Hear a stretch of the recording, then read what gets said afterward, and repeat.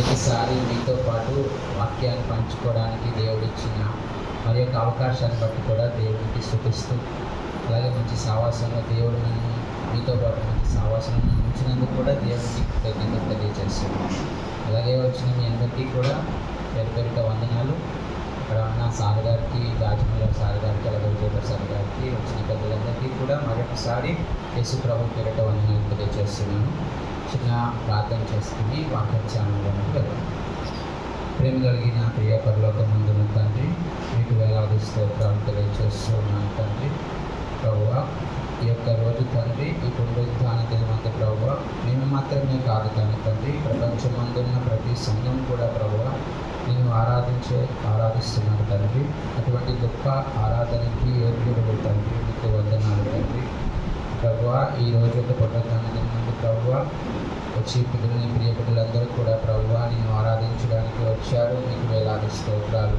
వారెప్పటి వరకు తండ్రి ప్రార్థన ద్వారా, ఆరాధన ద్వారా ప్రభువా, పాటల ద్వారా నేను మహిమపరిచారు తండ్రి. మీకు వేలాది స్తోత్రాలు. వాక్య ధ్యానంలోని కూడా మమ్మల్ని తీసుకువెళ్ళండి తండ్రి. నిమిత్త మాత్రమే మీ కృప చేత నిలబెట్టి ప్రభువా మీ యొక్క పరిశుద్ధాత్మ మాటలు మాత్రమే వాళ్ళ హృదయాల్లో ఫలింపచేసి మీరు మాత్రమే మహిమపడేలా ఈ ఆరాధనంతట్లో కూడా, ఈ వాక్య ధ్యానం అంతట్లో కూడా తోడుగా ఉండి మీరు మాత్రమే మహిమ పొందాలని యేసునామమున ప్రార్థిస్తున్నాం తండ్రి. మనం వాక్య ధ్యానంలోకి వెళ్దాం. ఈ అందరికీ ఒక చిన్న ప్రశ్న. పాత నిబంధన గ్రంథం మనందరికీ తెలుసు. ఎన్ని పుస్తకాలు ఉన్నాయంటే 39 పుస్తకాలు ఉన్నాయి పాత నిబంధన గ్రంథం. అయితే ఒక ప్రశ్న ఏంటంటే, పాత నిబంధన గ్రంథంలో అతి చిన్న పుస్తకం ఏది అని సార్గా చెప్పారు. మీకు ఎవరికైనా తెలుసా? పాత నిబంధన గ్రంథంలో అతి చిన్న పుస్తకం ఉపాధ్యాయ గ్రంథం. ఈరోజు నా వాక్య ధ్యానం గురించి కూడా ఉపాధ్యాయ గురించి తెలియజేయాలనుకుంటున్నాను. మనము కూడా ప్రతిరోజు వాక్యానికి వస్తాం, ప్రతిరోజు దేవుని ఆరాధించడానికి దేవుని సంఘానికి వస్తూ ఉంటాం. కాబట్టి దేవునికి స్తోత్రాలు. ఎందుకంటే దేవునికి వాక్యాన్ని నేర్చుకోవడానికి వచ్చినప్పుడు ప్రతి వారం కూడా మనం ఏదో ఒక కొత్త విషయాన్ని నేర్చుకుంటూ ఉంటాం.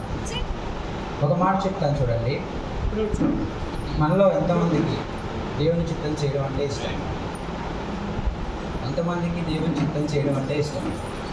మనం అందరూ ఏమంటామంటే, నాకు కూడా దేవుని చిత్తం చేయడం అంటే చాలా ఇష్టం, దేవుని చిత్తాన్ని చేస్తే అదే నాకు ఎంతో ఆనందకరమైనది. దావీదు చెప్పాడు కదా, నీ వాక్యం తేనెకంటే మధురమైనది, కాబట్టి నేను కూడా దేవుని వాక్యం అంటే అంత ఇష్టము అని అంటారు. సరే, దేవుని ఇష్టం అంటే ఏంటి, దేవుని చిత్తం అంటే ఏంటో కూడా వాక్యం చెప్తుంది. మనం ప్రతిరోజు ఆరాధనకు వచ్చేసి ప్రార్థన చేసుకుని వెళ్ళిపోతే దేవుని చిత్తం కాదు. దేవుని చిత్తంలో అది ఎదగడానికి ఒక వాక్యం, బట్ వాక్యం కూడా తెలియాలి ఏది కరెక్ట్గా దేవుని చిత్తం అవుతుంది అని. తిమోతికి రాసిన పత్రిక వాక్యం నుంచి మాట్లాడుతుంది. తిమోతికి రాసిన మొదటి పత్రిక 2వ అధ్యాయం 4వ వచనం చదువుతున్నాను చూడండి. తిమోతికి రాసిన మొదటి పత్రిక 2వ అధ్యాయం 4వ వచనం చదువుతున్నాను. ఆయన మనుషులందరూ రక్షణ పొంది సత్యము గూర్చిన అనుభవజ్ఞానం గలవారే ఉండవలని చేయించుచున్నాడు.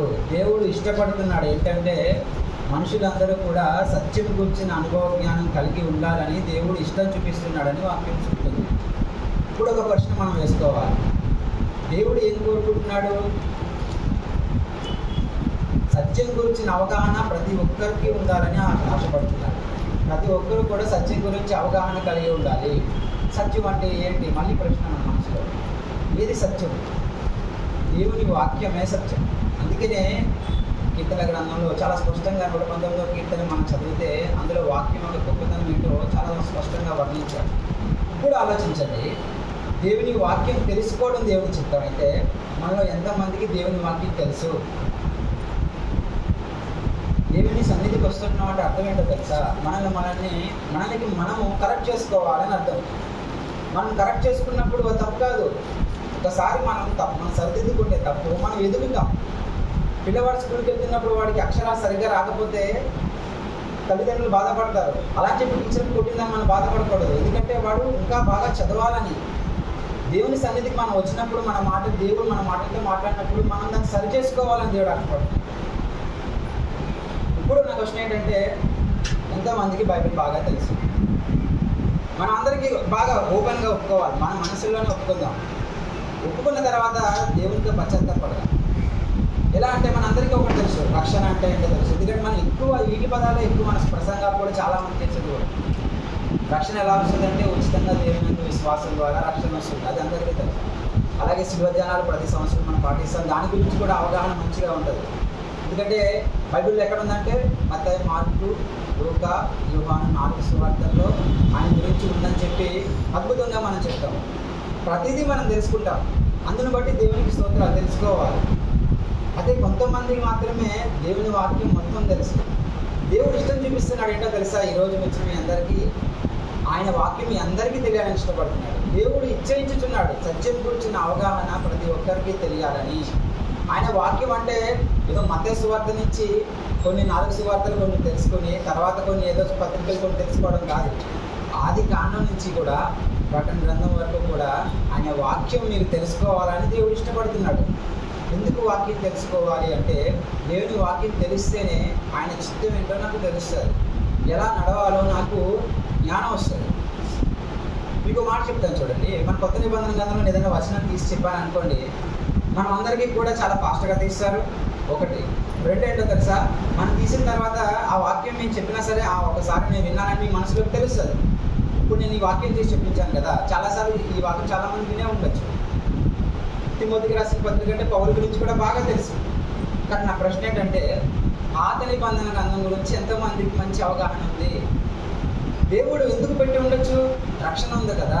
కొత్త నిబంధనలో యేసుప్రభు గురించి ప్రకటిస్తే సరిపోతుంది కదా, ఆ వాక్యాలు మనం అందరూ కూడా అదే చదువుతాం ఎక్కువగా.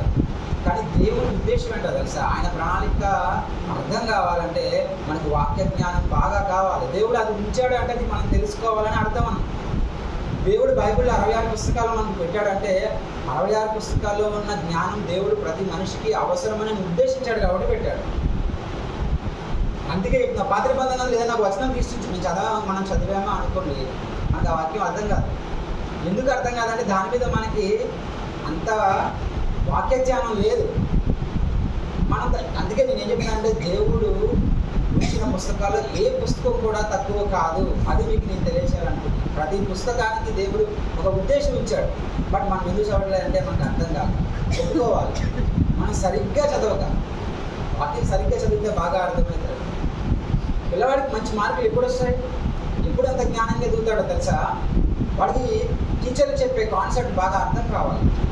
టీచర్లు చెప్పే మాటలు వాడికి లెక్కలు కావచ్చు, సోషల్ కాబట్టి బాగా అర్థమైతే వాడు ఎలా ఆలోచిస్తాడంటే నెక్స్ట్ అద్భుతంగా రాణించగలుగుతాడు. దాని మీద వాడికి మనం చెప్పాల్సిన అవసరం లేదు. చదవాలంటే వాడు ఇంట్రెస్ట్గా ప్రతిరోజు ఓపెన్ చేసి పుస్తకాలు చదువుతాడు. మనం ఎందుకు దేవుని వాక్యం మీద అంత ఆసక్తి లేదంటే, ఒకటి మనం చదవలేక మన మందిని మనం ఒప్పుకోవాలి. రెండు, మనం సరిగ్గా అర్థం కాదని కూడా అర్థం చేసుకోవాలి. సరిగ్గా అర్థమైతే మీరు వాక్యాన్ని చదవకుండా ఉండదు. నేను ఇన్ని మాటలు ఎందుకు చెప్పానంటే, దేవుని వాక్యం చదవాలని మీ మనసులో ప్రేరేపించడం కోసం చెప్పాను. ఇప్పుడు దేవుని వాక్యం గొప్పతనం అని చెప్పడం కోసం చెప్తున్నాను. ప్రతిదినము చర్చికి వచ్చేసి వెళ్ళిపోవడం కాదు, వాక్యం చదవాలి అని భావన మీ మనసులో బాగా నాటుపడాలని మాటలు చెప్పాను. ఇప్పుడు వాక్యంలోకి వెళ్తాను. మన వాక్యంలోకి వెళ్ళినప్పుడు కష్టపడి అదే చెప్తున్నాను. ఇప్పటి వరకు కూడా కొత్త నిబంధనలో బాగా ఈ పదాలన్నీ పరిచయం ఉంటాయి. ఇప్పుడు నేను పాత నిబంధనలో చెప్తున్నాను కదా, కాబట్టి మనం చెప్పేది అర్థమవుతుందా అనుకోవద్దు. ఎందుకంటే మనం 2024 సంవత్సరంలో ఉంటే ఈ గ్రంథం ఇప్పుడు రాయబడింది తెలుసా? ఈ 2025 కాకుండా అంతకు ముందు 4000 years అప్పటి కాలం ప్రజలు చెప్తేనే అర్థమైనప్పుడు మనకెందుకు అర్థం కాదు? అర్థమవుతుంది. బట్ మనం మనసు పెడతలేదు వాక్యం చెప్పినప్పుడు, అందుకే మనకి అర్థం కాదు. ఒకసారి ఆలోచించండి. దేవుని గ్రంథం చదివేటప్పుడు ఆలోచన జ్ఞానం దేవుడిని ఒకటే అడగాలి. అందరికీ వాక్యం తెలుసు. 119వ కీర్తనలో అంటాడు దావీదు కీర్తన 10-11 వచనాలు, ఈ వాక్యం ధ్యానించేటప్పుడు నా మనోనేత్రాలను వెలిగింప చేయమన్నాడు. ఎందుకంటే ప్రతి సంవత్సరం కూడా మనం వాక్యం చదివేటప్పుడు నాకు జ్ఞానం ఉందా కదా అని చదివేయకూడదు. ప్రభువా, నీ వాక్యం అర్థం చేసుకోవడానికి నాకు జ్ఞానం ఇవ్వని అడగాలి. అప్పుడు దేవుడు ఏం చెప్పాలనుకుంటున్నాడో, ఏం మాట్లాడాలనుకుంటున్నాడో మన మనసులకి అర్థమవుతుంది. ఇప్పుడు చెప్తాను చూడండి. అందుకని నాకు పాత నిబంధన చెప్తున్నప్పుడు అదేదో నాకు తెలియదు అన్నట్టుగా ఆలోచించదు. దేవుడు మన మనసు పెడితే ప్రతిదీ అర్థమవుతుంది. ఇప్పుడు ఒకటి ఆలోచించండి, మనలో చాలా మందికి తెలుసు అబ్రహాం గురించి, ఎందుకంటే మనం ప్రత్యేకంగా ఎక్కువగా వింటూ ఉంటాం కాబట్టి. అలాగే ఇప్పుడు నేను కొన్ని కొత్త పదాలు కొన్ని కొంతమంది వ్యక్తుల గురించి చెప్తాను, ఎందుకంటే అంతకుముందు మీరు ఈ అధ్యాయం ఈ యొక్క ఉపాధ్యాయ గ్రంథం ఎంతమంది చదివారో నాకు తెలియదు. అందుకే ఇంతలా మీకు బ్యాక్గ్రౌండ్ ఎందుకు చెప్తున్నానంటే దేవుని వాక్యం అంత గొప్పది మీరు అర్థం చేసుకోవాలి. ఫస్ట్ టైం వింటున్నాను కాబట్టి అది నాకు తెలియనట్టుగా ఆలోచించగలడు. వాక్యం మనసు పెడితే ప్రభు ఖచ్చితంగా మనకు అర్థమయ్యేలా వేస్తాను. ఈ పదాలు కూడా ఫర్ ఎగ్జాంపుల్ ఇప్పుడు విన్నారనుకోండి, రేపు పొద్దున్న తర్వాత మళ్ళీ మనము ఇంకొకసారి ఎప్పుడైనా ఎవరైనా ఉపాధ్యాయులు చెప్తే మీ మనసులో నాటుకుపోతారు. ఓకే, దేవుడు ఇది తెలియజేశాడు అనమాట అని మీ మనసుకి అర్థమవుతుంది. చూడండి, అబ్రహాం గురించి తెలిసినప్పుడు అబ్రహాంలోంచి ఇస్సాకు వచ్చాడు, ఇస్సాకులోంచి యాకోబు వచ్చాడు, యాకోబులోంచి యోసేపు వచ్చాడు. ఈ హిస్టరీ మీకు తెలిసాలనుకుంటున్నాను. యోసేపు తర్వాత ఇశ్రాయేల్ యొక్క జనం అంతా కూడా 430 సంవత్సరాలు బానిసలోకి వెళ్ళిపోయారు. అలా బానిసత్వంలోకి వెళ్ళిన తర్వాత వాళ్ళని మోషే ద్వారా దేవుడు నడిపించాడు. మీకు హిస్టరీ చెప్తున్నాను, మీ మనసులో ఉంటే నేను చెప్పే ఉపాధ్యాయ గ్రంథం మీకు అర్థమవుతుంది. ఉపాధ్యాయ గ్రంథం ఎవరికి రాశారన్నది కూడా మీకు చెప్తారు. ముందు ఈ కొంచెం ఆలోచన మీ మనసులో ఉంటే మన పాత నిబంధనల మీద ఎందుకు మనకి అంత అవగాహన లేదు, ఇప్పుడు మన అవగాహన తెచ్చుకోవడం కోసం చెప్తాను. 430 సంవత్సరాలు మోషే ద్వారా నడిపించాడు దేవుడు. నడిపించిన తర్వాత మోషే తర్వాత యెహోషువ నాయకత్వానికి వచ్చాడు. యెహోషువ నాయకత్వం వచ్చిన తర్వాత కూడా జనాలు ఏం చేశారంటే దేవుడు చెప్పినట్టు వినలేదు. అందుకనే వాగ్దానం దేశంలోనికి ఇద్దరే వెళ్ళారు, కాలేబు యెహోషువ, మిగతా వాళ్ళు ఎవరు కూడా వెళ్ళలేదు. తర్వాత దేవుడు వాళ్ళు ఏం చేశారంటే న్యాయాధిపతులు పరిపాలించారు. ఎవరిని అంటే ఇశ్రాయేల్ జనాన్ని. 12 మంది న్యాయాధిపతులు ప్రవర్తించిన తర్వాత వాళ్ళు ఏం కోరుకున్నారో తెలుసా? మాకు రాజు కావాలని కోరుకున్నారు.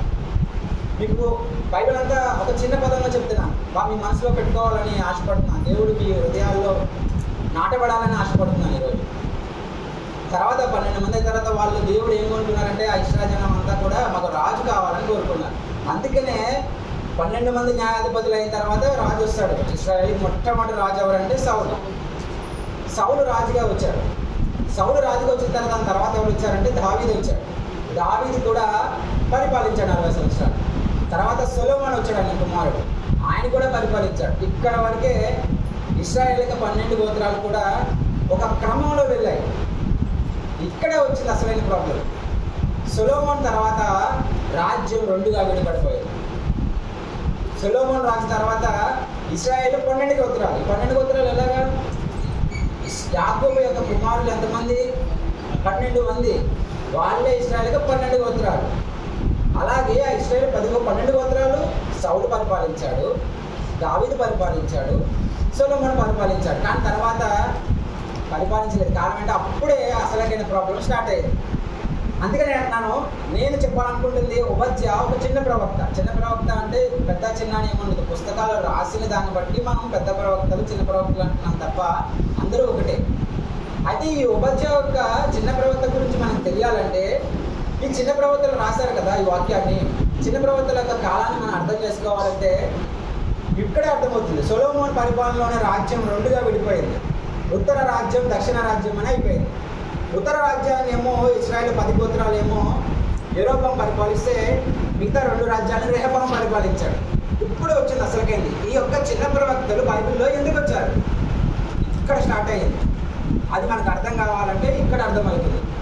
దేవుడు ఇక్కడి నుంచే దేవుడు తన ప్రవక్తలను ప్రతి ఒక్కరిని వాడుకున్నాడు. అప్పుడు మనం చూడాల్సింది ఏంటంటే ఇప్పుడు మనం తెలుసుకోవాల్సింది, అందుకనే చిన్న ప్రవక్తల కాలాన్ని 3 భాగాలుగా చరిత్రకారులు దాన్ని విభజించారు. ఎలా అంటే ఆలోచించండి, అప్పటి వరకు దృఢంగా ఉన్నారు కదా, ఎప్పుడైతే విడిపోయారో మొట్టమొదటిగా అష్షూరు రాజు వచ్చి ఇశ్రాయేల్ యొక్క 10 గోత్రాలను చెరలోకి తీసుకెళ్ళిపోయాడు. ఎప్పుడైతే విడిపోయారో ఇశ్రాయేల్ 10 గోత్రాలు ఉన్నారు కదా, 10 గోత్రాలు ఒక కింద 2 గోత్రాలు ఒకరి కింద ఉన్నప్పుడు మొట్టమొదటి రాజు వచ్చి ఇశ్రాయేల్ యొక్క రాజ్యానికి 10 గోత్రాలని అష్షూరు రాజు ఏం చేశాడంటే తన చెరలోకి తీసుకెళ్ళిపోయాడు. తర్వాత ఏం చేశాడంటే అది 722 BCలో అది జరిగిన మాట. అది తర్వాత 586 BCకి వచ్చినప్పటికీ రెండోసారి మనందరూ కూడా దానియేలు గ్రంథాన్ని బాగా చదివాం. మీకు ఆల్మోస్ట్ ఒక 2-3 నెలల పైన చెప్పుకుంటారు సార్. అలాగే నెబుకద్నెజర్ అనే రాజు ఏం చేశాడంటే రెండోసారి వచ్చి 10 గోత్రాలు కాదు, మిగిలిపోయిన 2 గోత్రాలను చెరలోకి తీసుకెళ్ళిపోయాడు. ఇలా వెళ్ళిపోయినప్పుడు చెరలోనే ఈ యొక్క ప్రవక్తలు ప్రవచించారు. ఎందుకు ప్రవచించారంటే ఎందుకు అసలు చెరలోకి వెళ్ళారో తెలుసా? హబక్కు గ్రంథంలో అద్భుతంగా అంటాడు, మేము అవిధేయత చూపించడం వల్లే కదా మమ్మల్ని చెరలోకి తీసుకెళ్ళావు. మేము నీ మాట వింటలేదు కాబట్టి నన్ను కరెక్ట్ చేయడానికి, మనం చేసింది తప్పు, మీరు చేసింది తప్పుదోవలో ఉన్నారని వాళ్ళకి తెలియడం కోసమే దేవుడు అన్యరాజులు ఎత్తాడే తప్ప అన్యరాజులు గొప్పవాళ్ళు కాదు. మీకు ఇది అర్థం కావాలని. చిన్న ప్రవక్తలు అసలు బైబిల్ గ్రంథంలో ఎప్పుడు ఉనికిలోకి వచ్చారు, దేవుడు ఎప్పుడు వాళ్ళని వాడుకున్నాడు అనేది అర్థం కావాలి. ఇప్పుడు వచ్చింది అసలేంది, అందుకని ఇప్పుడు వచ్చింది. ఇప్పుడు 3వ భాగంలో వచ్చారు, నెబుకద్నెజరు వచ్చి మిగతా 2 గోత్రాలను కూడా తీసుకెళ్ళిపోయాడు. తర్వాత 3వ రాజు వచ్చాడు, కోరెష్ రాజు అని. మీరు చదువుకుంటే మీకు దానియేలు గ్రంథంలోనే 8-9 అధ్యాయాలకు వచ్చినప్పుడు తర్వాత మీకు కోరెష్ రాజు కనిపిస్తాడు. ఈ కోరెష్ రాజు ప్రయత్నంలోనే ఎప్పుడైతే వీళ్ళందరూ చెరపట్టబడిపోయారు కదా, చెరపట్టం అంటే వాళ్ళందరినీ బానిసలుగా తీసుకెళ్ళిపోవడం అని అర్థం. బానిసలుగా అందరూ వెళ్ళిపోయిన తర్వాత మళ్ళీ వారు చెర నుంచి బయటకు వచ్చేసారు. ఎవరి పరిపాలన అంటే కోరెష్ రాజు పరిపాలనలో వీళ్ళందరూ కూడా చెరలో నుంచి మళ్ళీ బయటకు వచ్చారు.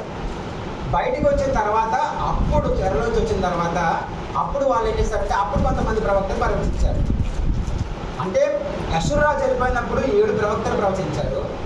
బబులోను రాజు వెళ్ళిపోయినప్పుడు జెఫన్యా, హగ్గయి, హబక్కుకు, ఈ 3 కూడా ఏ కాలంలో పరిపాలించారంటే ఈ యొక్క బబులోను చెరలోకి వెళ్ళిపోయినప్పుడు వీళ్ళు చెప్పిన ఈ ప్రవక్తలు అప్పుడు ఉన్నారు. ఇంకొక ప్రవక్తలు ఎవరు, కోరెష్ రాజు పరిపాలన వచ్చినప్పుడు, కోరెష్ రాజు పరిపాలన వచ్చినప్పుడు అక్కడ 2 ప్రవక్తలు బాగా ప్రవచించారు. ఎవరంటే మన పాత నిబంధనలో చివరి ఉన్నది కదా, జకర్యా, మలాకి. ఇది ఏ ప్రవక్త ఎప్పుడు ప్రవచించాడు, ఏ ప్రవక్త ఎప్పుడెప్పుడు ఉన్నాడో తెలిస్తే వాళ్ళు ఏం చెప్తున్నారో అర్థమవుతుంది.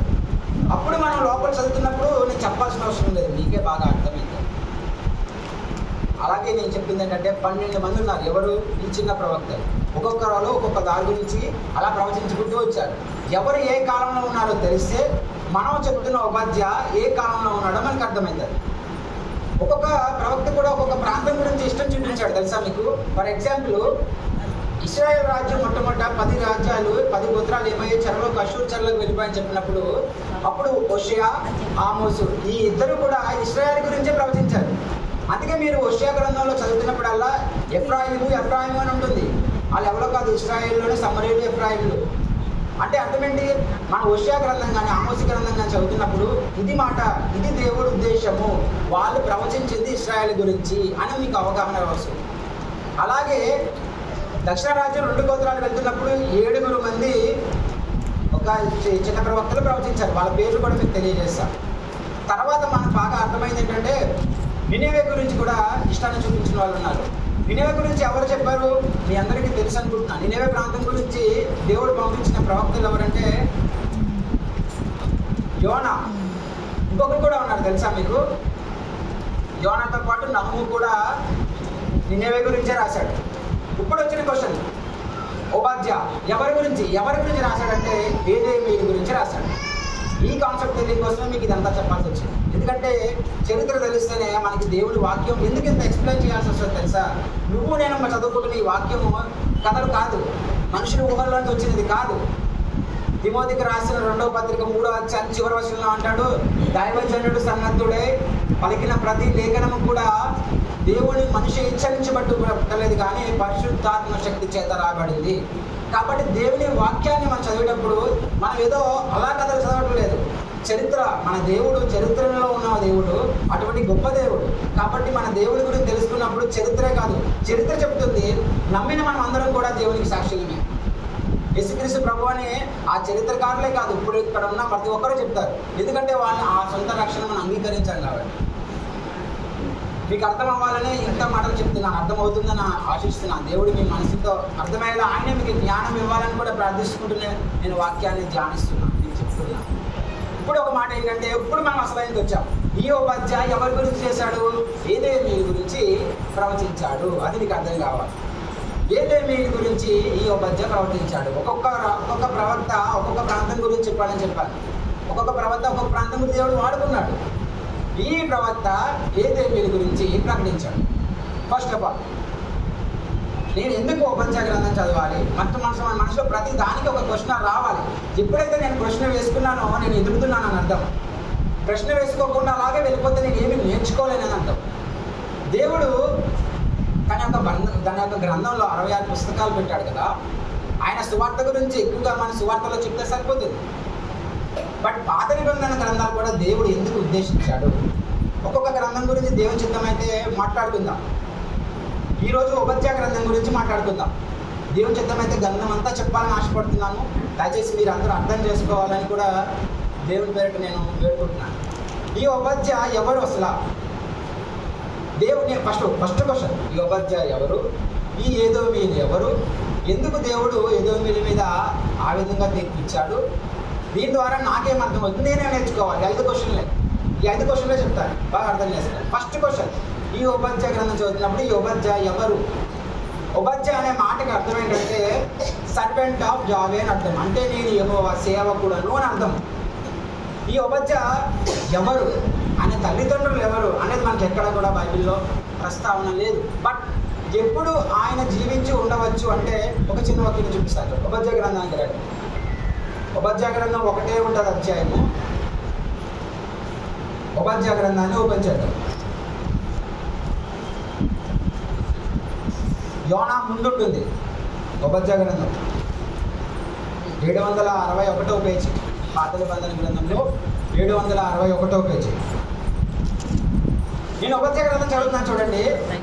నేను చదువుతుంటే మీకు అర్థం కావాలంటే ఫస్ట్ ఏం చేయాలంటే అసలు ఏదోమీయులు ఎవరు, దేని గురించి రాశాడో మీకు తెలిస్తే నేను వాక్యం చెప్పాలి. ఈ యొక్క అధ్యాయం గురించి నేను చెప్పాల్సిన అవసరం లేదు, మీకే అర్థమవుతుంది. అప్పుడు మీకు ఆ బుక్ మీద అవగాహన వస్తే మీకు ఇంట్రెస్ట్ వస్తుంది.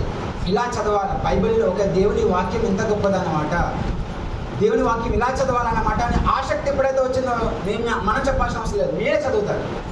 ఫస్ట్ కొన్ని మాటలు చెప్తాను, తర్వాత మీకు అవగాహన ఇస్తాను. ఉపధ్యాయ గ్రంథంలో 1వ అధ్యాయం ఉంటుంది. నేను చదువుతున్నాను చూడండి. 3వ వచనము 4వ వచనం చదువుతున్నాను చూడండి. అత్యున్నతమైన పర్వతం మీద ఆసీనుడవై ఉండి కొండ సందుల్లో నివసించువాడా, నన్ను క్రిందకు పడదోయగలవాడెవడను అనుకునివాడా, నీ హృదయం గర్వము చేత నువ్వు మోసపోతివి. పక్షిరాజు కూడంత ఎత్తున నివాసము చేసుకుని నక్షత్రములో నువ్వు దాన్ని కట్టినను, అచ్చట నుండి నేను నిన్ను క్రిందకు పడవేతును. ఇదే యెహోవా వాక్కు. ఈ వాక్యం చదివాం కదా, ఎవరి గురించి రాశారు? ఇది మనకి అర్థమయ్యేలానే చెప్తాను. అది అర్థం కావాలంటే ఫస్ట్ దాని గురించి అవగాహన రావాలి. దాని గురించి అవగాహన వచ్చిన తర్వాత అసలు ఏంటి ఆ మాటలు అనేది నేను చెప్పాల్సిన అవసరం లేదు, మీకే అర్థమవుతుంది మొత్తం గ్రంథం అంతా. ఇప్పుడు ఒక మాట చూపించాను కదా, ఇదే వచనాలు సేమ్ యాజ్ ఇట్ ఈజ్ ఇర్మియా గ్రంథానికి రండి. ఇర్మియా గ్రంథము 49వ అధ్యాయానికి రండి. ఇర్మియా గ్రంథము 49వ అధ్యాయము 7 నుంచి 22 వచనాలు ఉంటాయి, కానీ అందులో నాకు 49వ అధ్యాయము మీకు చూపిస్తాను చూడండి. 15వ వచనం చదవండి. 15, 16 నేను చదువుతున్నాను చూడండి. 672వ పేజీ ఇర్మియా గ్రంథము 49వ అధ్యాయము మీకు 15, 16 వచనాలు చదువుతున్నాను చూడండి. జనముల్లో అల్పునుగా కానీ మనుషుల్లో నిషినగా కానీ నేను నిన్ను చేసి ఉన్నాను. నువ్వు భీకరుడవు, కొండ సందుల్లో నివసించువాడా, పర్వత శిఖరంలో స్వాధీనుకొనివాడా, నీ హృదయ గర్వము నిన్ను మోసపుచ్చెను. నువ్వు పక్షిరాజు వలె నీ గూటి క్రింద పడదేశించుదును. ఇదే యెహోవా వాక్కు. బాగా అర్థం చేసుకోవాలి. నేను ఎందుకు 2 వచనాలు 2 పుస్తకాన్ని కంపేర్ చేయమని చెప్పానో తెలుసా? అంటే ఉపధ్యాయ ఎప్పుడు జీవించి ఉండవచ్చు అంటే ఉపధ్యాయ జీవించిన కాలంలోనే ఇర్మియా కూడా జీవించాడు. ఎందుకంటే అవే పదరాలు అవే వచనాలు ఉపధ్యాయ కూడా వాడాడు అని మీకు తెలియజేస్తున్నాను. అదే పదాన్ని ఈయన కూడా వాడాడంటే ఇప్పుడు ఉపధ్యాయ ఎప్పుడు జీవించి ఉండొచ్చు అంటే ఇర్మియా ఎప్పుడు జీవించాడో ఆ సమకాలికుడు అంటే అర్థం ఏంటి? నేను జీవించిన కాలంలో నాతో పాటు ప్యారలల్గా ఆయన కూడా ఉన్నాడు అని చెప్పడం. అప్పుడు ఎప్పుడు అర్థమవుతుంది ఈ ఉపధ్యాయ అంటే ఏమైందంటే మనందరికీ తెలుసు కదా, దానియేలు గ్రంథం గురించి మీకు అందరికీ సార్ చెప్పారు. ఎప్పుడైతే నెబుకద్నెజరు ఇశ్రాయేలు జనం మీదకి దండి తెచ్చి వాళ్ళందరినీ చెరలోకి తీసుకెళ్ళిపోయాడో ఆ టైంలోనే ఉపధ్యాయ కూడా ఉన్నాడు. ఇది మీకు చెప్తున్నాను. ఉపధ్యాయ ఎవరంటే ఉపధ్యాయ ఒక దేవుని సేవకుడు. ఎప్పుడు నివసించాడంటే ఈ కాలంలో నివసించి ఉండవచ్చు అనేది ఒక ఆధారం చెప్పడం కోసం మీకు తెలియజేశాను. అది ఫస్ట్ క్వశ్చన్కి ఆన్సర్. ఫస్ట్ క్వశ్చన్ ఉపధ్యాయ ఎవరు, ఎప్పుడు నివసించాడంటే ఈ కాలంలోనే నివసించి ఉన్నాడు. మీకు ఉపధ్యాయ గ్రంథానికి రండి. మళ్ళీ ఉపధ్యాయ గ్రంథంలో 1వ అధ్యాయం 11వ వచనం చదువుతున్నాను చూడండి. 771వ పేజీ. ఇక్కడ నుంచి ఈ బుక్లోనే ఉందాం, వేరే ఈ పేజీకి వెళ్ళదు, ఇక్కడ ఎక్స్ప్లెయిన్ చేస్తాం. 760 పేజీలో ఉన్నాను. 61 ఉపజ్ఞా గ్రంథం 1వ అధ్యాయము 11వ వచనం చూడండి. నీవు పగవాడివై నిలిచిన దినమందు, పరదేశులు వారి ఆస్తిని పట్టుకొని పోయిన దినమందు, అన్యులు వారి గుమ్మములో చొరపడి యెరూషలేము మీద చీట్లు వేసిన దినమందు నీవును వారితో కలుసుకుంటివి కదా. ఈ వచనం అర్థం అవ్వాలి మనకి. ఈ వచనం అర్థమైతే ఉపధ్యాయ ఎందుకు రాశాడో అర్థమవుతుంది. అక్కడ ఏం వచనం తెలియజేస్తున్నాడంటే, ఇది తెలియాలంటే ఈ దేని గురించి రాశారని చెప్పాను. 1వ అధ్యాయం 1వ వచనం చదవండి. అదే ఉపధ్యాయం 1:1.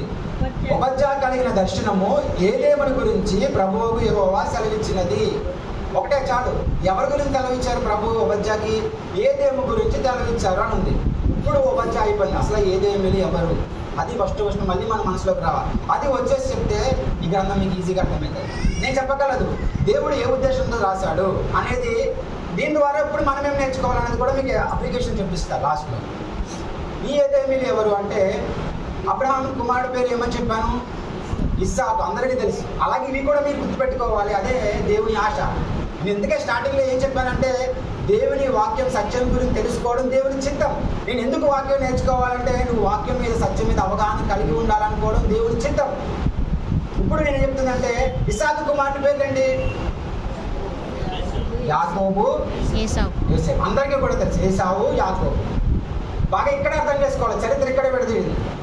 యాకోబు ఒక సంతానాన్ని దేవుడు మనం ఏమని పిలుస్తున్నాం తెలుసా? ఇశ్రాయేలు అంటున్నాం. బాగా గుర్తుపెట్టుకోవాలి. ఇస్సాకుకి 2 కవల పిల్లలు. ఒకరేమో యాకోబు, ఇంకో వ్యక్తి పేరేమో ఏసావు. యాకోబు నుంచే ఇశ్రాయేల్ సైన్యం స్టార్ట్ అయింది. ఫర్ ఎగ్జాంపుల్ ఇప్పుడు మనం చదువుకుంటున్న ఇశ్రాయేల్ అనే జనం ఎక్కడ స్టార్ట్ అయిందంటే, దేవుడు ఇచ్చిన ఇస్సాకు సంపాదించిన యాకోబు నుంచి ఇశ్రాయేల్ వచ్చారు. ఇస్సాకు ఇంకొక కుమారుడు పేరు ఉన్నాడు. ఆయన పేరేంటి? ఏసావు. అక్కడి నుంచే వచ్చారు ఎదోమీయులు. మనం ఎదోమీయులు అని రాజుల గ్రంథంలో, దినవృత్తాంత గ్రంథంలో చదువుకుంటూ ఉంటాం. కీర్తన గ్రంథంలో కూడా ఉంటుంది. 139వ కీర్తనలో ఉంటుంది. ఎదోమీయులు ఎక్కడి నుంచి వచ్చారనమాట? ఏసావు సంతానం నుంచి వచ్చారనమాట. అది అర్థం చేసుకోవాలి. అంటే ఇప్పుడు దేవుడు ఈ ఉపజ్ఞా గ్రంథంలో ఎదోమీయుల గురించి రాసినప్పుడు ఏం చేసి ఉంటారు ఆ యొక్క ఏసావు సంతతి వారు? దేవుడు ఎందుకు ఆ ఎదోమీయులకి ఏ విధంగా మాట్లాడారు? 2 వచనాలు చూపిస్తారు చూడండి. ఉపజ్ఞా గ్రంథము 1వ అధ్యాయం 4వ వచనం చదువుతున్నాను చూడండి. పక్షిరాజు కూడంత ఎత్తున నివాసం చేసుకుని నక్షత్రములను దాన్ని కట్టినను అచ్చట నుండినను నేను నిన్న కిందన పడదోతును అని ఇది యెహోవా వాక్కు. దేవుడు ఏమన్నాడు? నేను కిందకి పడదోసేస్తా. అది వివరణ చెప్తాను, కానీ మీకు చిన్న వచనాలు చూపిస్తున్నాం. మళ్ళీ 8వ వచనం చూడండి. ఆ దినమందు ఏసావు పర్వతములో వివేచన లేకపోవునట్లు ఏదోము నుండి జ్ఞానులు నాశనం చేద్దును, ఇదే యెహోవా వాక్కు. దేవుడు ఏదోము ప్రాంతం గురించి ఎందుకు ఇంత అలాగా మిమ్మల్ని నాశనం చేస్తాను, మిమ్మల్ని మీ యొక్క జ్ఞానులను నాశనం చేస్తాను, ఇదే యెహోవా వాక్కు అని ఎందుకు ప్రస్తావించాడు? అది మనకు అర్థం కావాలంటే ఈ యొక్క ఇస్సాకు కుమారులైన యాకోబు, యోసేపు గురించి తెలియాలి. మనకి అర్థమైతే వాళ్ళ జనమే వీళ్ళు. వాళ్ళు ఎందుకు ఇప్పటికీ కూడా ఈ 11వ వచనం చదివాం కదా ఇందాక మనము. ఏ వచనం చూపిస్తుంది? మళ్ళీ 11వ వచనం చదవండి. ఉపజ్ఞా 1:11. నువ్వు పగవాడివై నిలిచిన దినమందు, పరదేశులు వారి ఆస్తిని పట్టుకుని పోయిన దినమందు, అన్యులు వారి గుమ్మముల్లో చొరపడి యెరూషలేము మీద చీట్లు వేసిన దినమందు నీవు వారితో కలుసుకుంటేవి కదా. ఇప్పుడు అర్థం చేసుకోవాలి ఎవరి గురించి మాట్లాడారు ఇక్కడ. నువ్వు వాళ్ళతో పగలతో కలుసుకుని నువ్వు కలుసుకుని ఉన్నావు కదా అని దేవుడు ఎవరి గురించి మాట్లాడాడు అక్కడ? ఏదోము గురించి. అందుకే 1వ అధ్యాయం 1వ వచనంలో ఏం చెప్పాను? ఏదోము గురించి దేవుడు ఇచ్చిన వాక్కు. ఇప్పుడు ఏదోములు ఏం చేశారంట? అన్యులు వారి గుమ్మంలో, ఎవరి గుమ్మంలో వెళ్ళారు? ఇశ్రాయేలు యొక్క రాజ్యం మీదకి బబులోను రాజు వచ్చి ఏం చేశాడు? వాళ్ళని చెరలోకి తీసుకెళ్ళిపోయినప్పుడు ఈ యొక్క ఎదోమీయులు ఏం చేశారో తెలుసా? ఆ నెబుకద్నెజరుకి సపోర్ట్ చేశారు. అంటే ఇశ్రాయేలు ఎదోమీయులకి ఏమవుతారో తెలుసా? సహోదరులు అవుతారు. వాళ్ళందరూ అన్నదమ్ములు బిడ్డలే, వాళ్ళ వంశావళులే. కానీ ఈ పరిస్థితికి ఎందుకు వచ్చాడు? దేవుడికి ఏమి నచ్చలేదు. ఇలా జీవిస్తే దేవుడు, మనం కూడా ఒకవేళ ఎలా జీవిస్తే దేవుడు మనలో ఏమి నచ్చవు, ఇవి తెలుసుకోవాలి. అదే ఇవాళ మన అప్లికేషన్ ఏం నేర్చుకుంటున్నాం అనేది. ఇక్కడ మనకి అర్థమవుతుంది కాన్సెప్ట్ ఏంటి? ఏదో అర్థం చేసుకోవాలి. వాక్యంగా అర్థం చేసుకుంటేనే నేను ఎలా చెప్పాలని, మీరు ఎలా అర్థం చేసుకోవాలని తెలుస్తుంది. 1వ అధ్యాయం 11వ వచనంలో అన్యులు చెరబడినప్పుడు అంటే ఎవరు అక్కడ? నెబుకద్నెజరు వచ్చాడు. మీకు అదే చెప్పాను, ఎప్పుడు రాసి ఉండొచ్చు? నెబుకద్నెజరు 2వ సారి వచ్చి 2 గోత్రాల మీద దాడి చేసినప్పుడు వీళ్ళు చెరపట్టుకుపోయినప్పుడు ఏశావు సంతతి వాళ్ళని ఏదో మీరు ఏం చేయాలి, ఇశ్రాయేల్ వాళ్ళ అన్నదమ్ములే అవుతారు. కానీ ఏం చేస్తారంట, వాళ్ళకి సపోర్ట్ చేయకుండా వాళ్ళని దోచుకున్నారు. అందుకనే దేవుడు వీళ్ళ మీద ఒక ఉగ్రతను పరిపాలించాడు. దేవుడు ఒక తీర్పును ప్రశ్నించాడు. ఎందుకు తీర్పు వచ్చింది అనేది కూడా అది కూడా ఆలోచించాలి. ఎదోమీయులు ఎక్కడి నుంచి వచ్చారు? ఏశావు సంతతి వాళ్ళే ఈ ఎదోమీయులు. ఇది మీ మనసులోకి రావాలి, ఇది మీ మనసులోకి నాటుపడాలి. ఏశావు సంతతి వాళ్ళే ఎదోమీయులు. మీకు ఒకటి మాట తెలుసా? ఎదోమీయులు ఏమైనా తెలుసా? ఎదోమీయులనే గ్రీకులు ఏమన్నారో తెలుసా? ఇద్దోమీయులు అన్నారు. హేరోదు అక్కడి నుంచి వచ్చిన వాడే, ఏదోము సంతతి వాడే హేరోదు. అందుకనే ఇశ్రాయేల్ జనాంగాన్ని బాలుగా పుట్టినవాడిని చంపేద్దాం అనుకున్నాడు. ఈ హిస్టరీ అక్కడి నుంచి స్టార్ట్ అయ్యింది. ఇస్సాకు యొక్క యాకోబు ఏశావు సంతతి నుంచి కూడా అలా వస్తూ వచ్చునే ఇక్కడికి కూడా వాళ్ళు వైరం పోలే. ఎందుకు ఎలా ఉన్నదో ఆలోచించాలి. మీరు మనం బాగా గుర్తుపెట్టుకుంటే 25వ అధ్యాయం ఆదికాండంలో దేవుడు ఏమంటాడో తెలుసా? నేను యాకోబుని ఎంచుకున్నాను అన్నాడు. 27వ అధ్యాయంకి వచ్చినప్పటికి ఏముండదంటే, యాకోబు ఏం చేశాడంటే అన్నను మోసగిస్తాడు. అన్నను మోసగించి ఏశావు దగ్గర ఆశీర్వాదం పొందేస్తాడు. అదే 33వ అధ్యాయం ఆదికాండానికి వస్తే తను అన్నతో సన్నిధి కావడం కోసం దేవునితో ప్రణిగలాడతాడు. అంటే యాకోబు ఎలా జీవించాడంట మనం చూడొచ్చు. హిస్టరీ ప్రకారం జీవించినంత కాలం కూడా భయపడుతూనే జీవించాడు. కానీ ఒక్క మాట మీకు గుర్తుందో లేదో, పెద్దవాడు చిన్నవాడికి దాసుడు అవ్వడానికి దేవుడు వాగ్దానం ఇచ్చాడు. ఇది మనం పట్టుకోవాలి. వాక్యం అర్థం చేసుకోనప్పుడే మనకి దేవుని జ్ఞానం ఎప్పుడైతే అంత బాగా అర్థమవుతుందో. నేను ఎందుకు చెప్తున్నానో తెలుసా? ఈ యొక్క అధ్యాయంలో, ఈ ఉపద్య గ్రంథంలో 2 మాటలు బాగా నేర్చుకుంటాం. దేవుడు ఎంత కృపగలవాడో తెలుస్తుంది, దేవుడు ఎంత సార్వభౌముడో తెలుస్తుంది. దేవుడు ఎంత కృపగలవాడో తెలుస్తుంది, దేవుడు ఎంత సార్వభౌముడో కూడా తెలుస్తుంది. ఈ 2 మాటలు మనం ఇక్కడ అర్థం చేసుకోగలుగుతాం. ఇప్పుడు క్వశ్చన్ చూడండి, మనం చాలాసార్లు చదివి ఉన్నాము. పెద్దవాడు పుట్టినప్పుడు ఏమన్నాడంటే, పెద్దవాడు చిన్నవాడికి దాసుడు. అంటే ఏశావు యాకోబుకి ఏమవుతాడంట? దాసుడుగా ఉన్నాడంట. కానీ నేను ఎక్కడ కూడా బైబిల్ గ్రంథం చదువుతున్నప్పుడు ఆదికాండంలో నాకు యాకోబే భయపడ్డాడు, ఏశాకు ఎక్కడ భయపడినట్టు కనిపించలేదు. మీ మనసులో క్వశ్చన్ వేసి ఎందుకు ఆపుతున్నారంటే ఆలోచిస్తారని. మీరు ఆలోచించాలనే నేను క్వశ్చన్ వేసి ఆపుతుంది. నేను ఎక్కడ చూస్తే యాకోబే భయపడ్డాడు.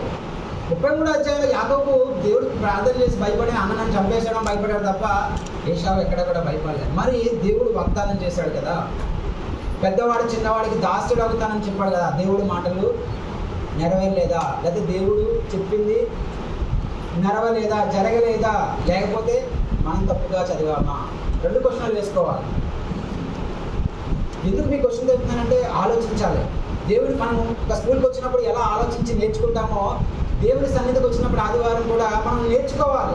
చెప్పేది వినేసి వెళ్ళిపోకూడదు. ఒక మాట ఉంటుంది తెలుసా,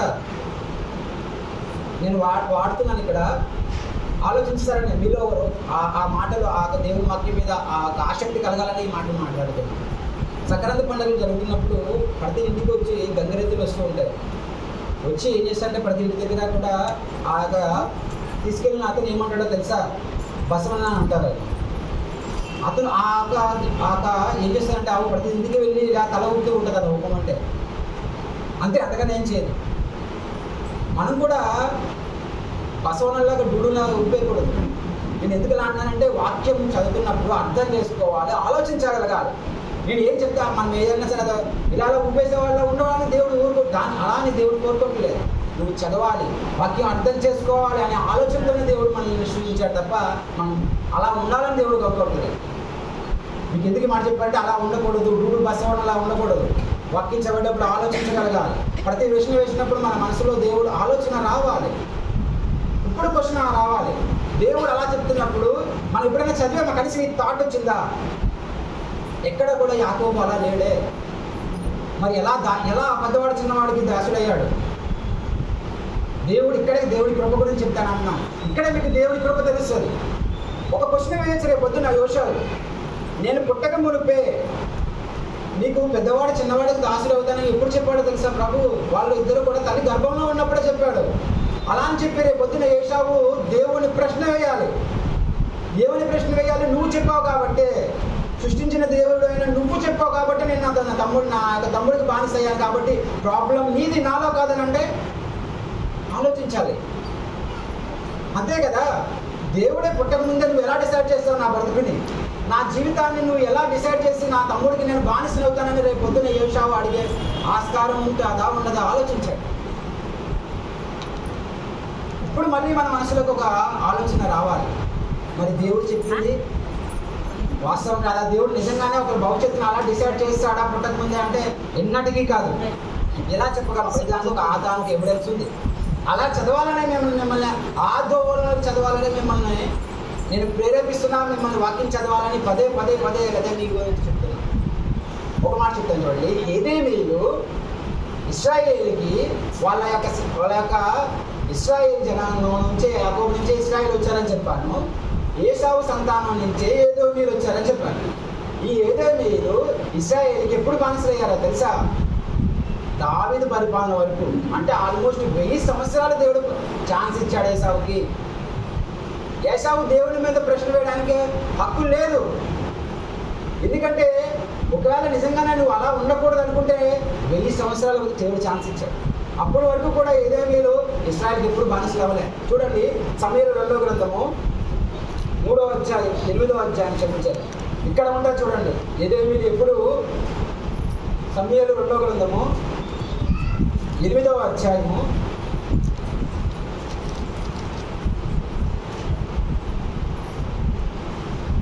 14వ వచనం చదువుతున్నాను చూడండి. సమూయేలు 2వ గ్రంథము 8వ అధ్యాయము 14వ వచనం. మరియు చూడండి, 259వ పేజీ 259వ పేజీ సమూయేలు 2వ గ్రంథము 8వ అధ్యాయము 14వ వచనం చదువుతున్నాను. మరియు ఏదేము దేశమందు అతడు దండు నుంచెను, ఏదేమీలు దావీదునకు దాసులు కాగా ఏదేము దేశం అంతటా అతడు కావలి అందుంచెను. దావీదు ఎక్కడికి పోయినను యెహోవా అతనికి కాపాడుచుండెను. చూడండి, ఏదేమీలు దావీదునకు దాసులు కాగా. అర్థమైందా? మీకు అర్థం అవ్వాలి. దేవుడు ఎలా తన వాక్యాన్ని, దేవుడు ఎందుకు ఎంత కృపగలవాడంటే, నేను ఇక్కడే చెప్తున్నాను, దేవుడు ఒక మనిషిని పుట్టినట్టు డిసైడ్ చేయలేదు. దేవుడు వ్యక్తిత్వాన్ని బట్టి దేవుడు సమయాన్ని ఇచ్చాడు. ఎంత కృపగలవాడో చూడు. 1 సంవత్సరం 2 సంవత్సరాలు కాదు, 1000 సంవత్సరాలు 1000 సంవత్సరాలు ఏదేమీలకు ఛాన్స్ ఇచ్చాడు. ఏసావుకి 1000 సంవత్సరాలు ఛాన్స్ ఇచ్చాడు. అయినా సరే వాళ్ళు అలా జీవించలేదు.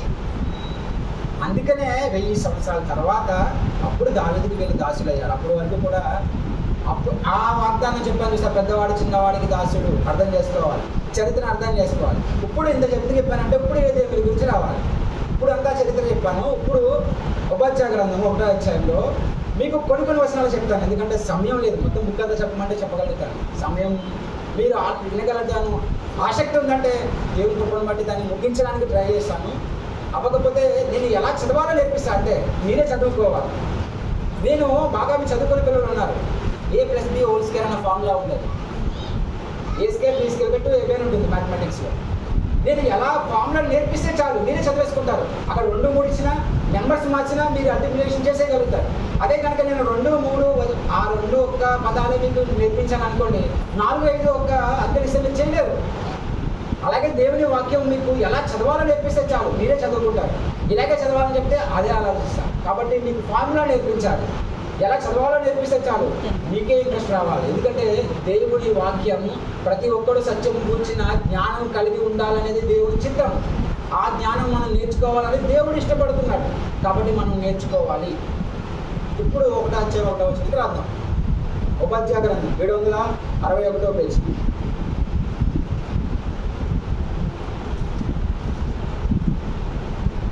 1వ అధ్యాయం 1వ వచనం చదువుతున్నాను చూడండి. ఉపధ్యాయ కలిగిన దర్శనము. ఫస్ట్ మాట ఏమనుందంటే ఇప్పుడు అర్థం కావాలి. ఈ యొక్క ఉపధ్యాయ ఇప్పుడు నీ మనసులోకి ఏం రావాలండి? ఈ వాక్యం చదువుతున్నప్పుడు ఎవరి గురించి ప్రభు ఈ ఉపధ్యాయ గ్రంథం అంతా చెప్పారు? ఏదేమీని గురించి చెప్పాడు. ఏదేమీని ఎప్పుడు అయ్యారో చూపించాను. అసలు ఏదేమీని మీద దేవుడికి ఎందుకు కోపం వచ్చింది? వాళ్ళు ఎటువంటి ప్రవక్తను కలిగిన వారు కాబట్టి దేవునికి కోపం వచ్చిందో తెలుస్తుంది ఇప్పుడు ఆ అధ్యాయం చదివితే. అది వాళ్ళ కోసమే కాదు, అటువంటి ఒక ప్రవక్తన మనకు కూడా కలిగి ఉంటే, ఈ యొక్క ఏదేమీని యొక్క ప్రవక్తన మనం కూడా కలిగి ఉంటే దేవుడు ఇష్టపడుతున్నాడా, దేవుడికి అది ఇష్టమా అనే ఆలోచన మనకు కూడా తెలియాలి. దేవుడికి ఏది ఇష్టమో అదే చెప్పాను. దేవుడు సత్యం గురించి అవగాహన కలిగి ఉండాలి. మనం ఏది ఇష్టమో ఏది ఇష్టం కాదో అనేది దేవుని వాక్యం తెలుస్తుంది. ఇప్పుడు మనము దేవుడు దేన్ని ఎటువంటి ప్రవక్తని ఇష్టపడుతున్నాడు, ఎలా ఉంటే దేవుడు ఇష్టపడతలేదో తెలిస్తే నేను కూడా ఎలా ఉండాలో నాకు అర్థమవుతుంది. తద్వారా నేను కూడా దేవుడి వాక్య ఉపదేశ గ్రంథం ఏం చేస్తుందంటే ఇన్ని కాలాలు గడిచినా మనకు కూడా దేవుడు ఏదైతే దేవుడు ఇష్టం చూపిస్తున్నాడు, దేవుడి ఉద్దేశం ఏంటో మనకి తెలుస్తుంది. ఒక మాట మీ క్వశ్చన్ ఉపదేశ గ్రంథానికి వెళ్తున్నాను, వెళ్ళే ముందు ఒక చిన్న క్వశ్చన్ వేస్తున్నాను. ఎంతమందికి నిజంగా తెలుసో మీ మనసులతో మీరు ఆన్సర్ ఇచ్చుకోవాలి. మనము చనిపోయిన తర్వాత మన ఒక నిరీక్షణ ఏంటి? ఫర్ ఎగ్జాంపుల్ ఇప్పుడు నేను యేసు ప్రభువుని విశ్వాసం ఉంచాను. విశ్వాసం ఉంచిన తర్వాత నేను ఏదో ఒక రోజు మనం చనిపోతాం. నేను లైఫ్ లాంగ్ బ్రతకం కదా. ఒక రోజు నేను చనిపోయిన తర్వాత నా నిరీక్షణ ఏంటి? ఒక క్రైస్తవుడిగా నేను ప్రభువుతో పాటు ఉంటాను.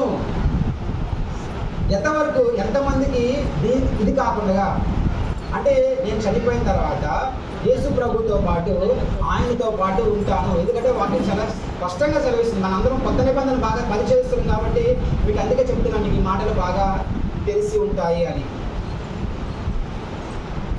యేసు ప్రభు నందు విశ్వాసం ఉంచితే నాకు ఒక నిరీక్షణ వస్తుంది. యేసు ప్రభు నందు విశ్వాసం ఉంచితే నాకు పరలోకం వస్తుంది.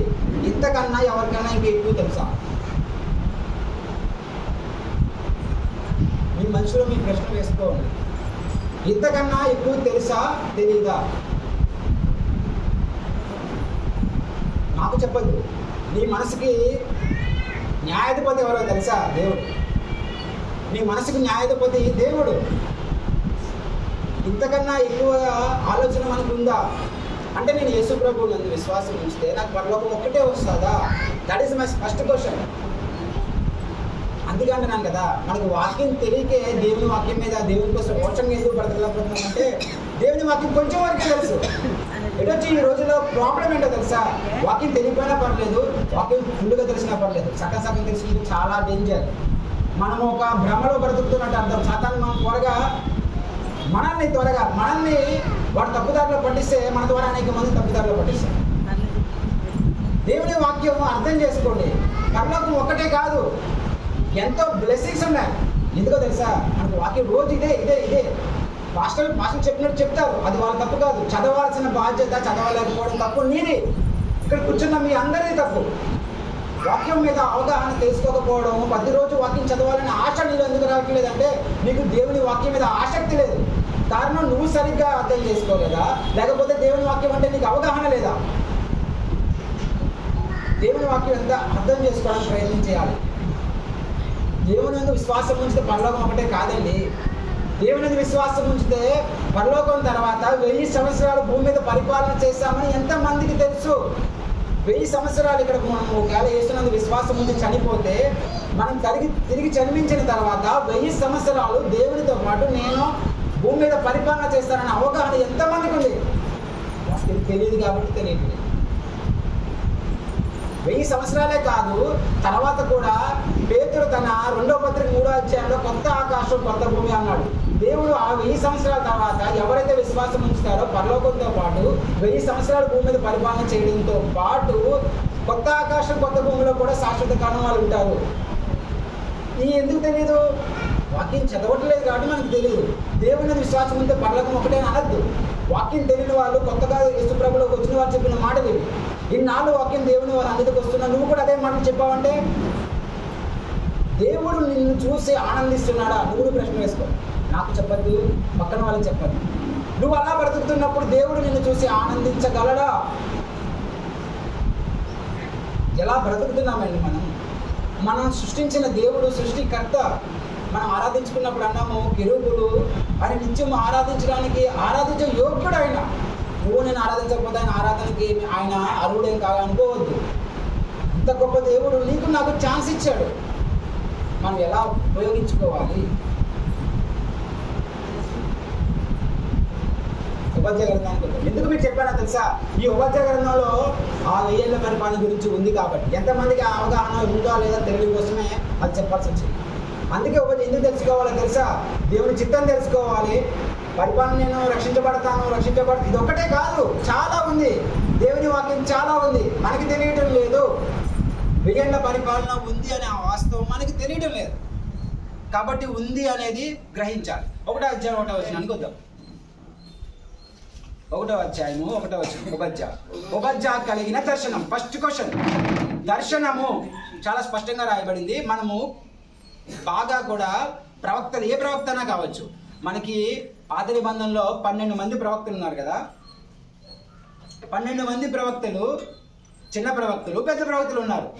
ప్రవక్తలు ప్రవచించినప్పుడు దర్శనము అని వాక్యం సెలవిస్తారు. చాలా మందికి ఏషాకు వచ్చిన దర్శనము, హోషేయాకు వచ్చిన దర్శనము, ఇర్మియాకు వచ్చిన దర్శనము. ఇప్పుడు మీ మనసులో మళ్ళీ ఆలోచన, దర్శనం అంటే ఏంటి? దేవుడు దర్శనాన్ని ఎందుకు ఇస్తాడు? ఆమోసు గ్రంథానికి వెళ్దాం. అక్కడ ఒక చిన్న మాట చూపించాడు ప్రభు. ఆమోసు గ్రంథం, ఆమోసు గ్రంథము 3వ అధ్యాయం, దాని ముందే ఉంటుంది, ఒబద్యా ముందే ఉంటుంది. ఆమోసు గ్రంథం 3వ అధ్యాయము 7వ వచనం చెప్తున్నాను చూడండి. 3వ అధ్యాయము 7వ వచనం చదువుతున్నాను. ఆమోసు గ్రంథం. తన సేవకులైన ప్రవక్తలకు తాను సంకల్పించిన దానిని బయలుపరచకుండా ప్రభు అయిన యెహోవా ఏమి యూజ్ చేయడు. దట్ ఫస్ట్ ఆన్సర్ మీ మనసులోకి రావాలి. అంటే దేవుడు దర్శనాన్ని ఎందుకు అనుగ్రహిస్తాడు? దేవుడు ఏదైతే చెప్పాలనుకుంటున్నాడో, దేవుడు ఏదైతే తన యొక్క ప్రజలకు చెప్పాలనుకుంటున్నాడో ప్రవక్తల ద్వారా ఏది కూడా ముందు చెప్పకుండా దేవుడు చెయ్యడు. అక్కడ చాలా స్పష్టంగా ఆలోచించాలి. దేవుడు ఏం చేసినా సరే సడన్గా చేసేయాడు, ముందే చెప్పే చేస్తాడు.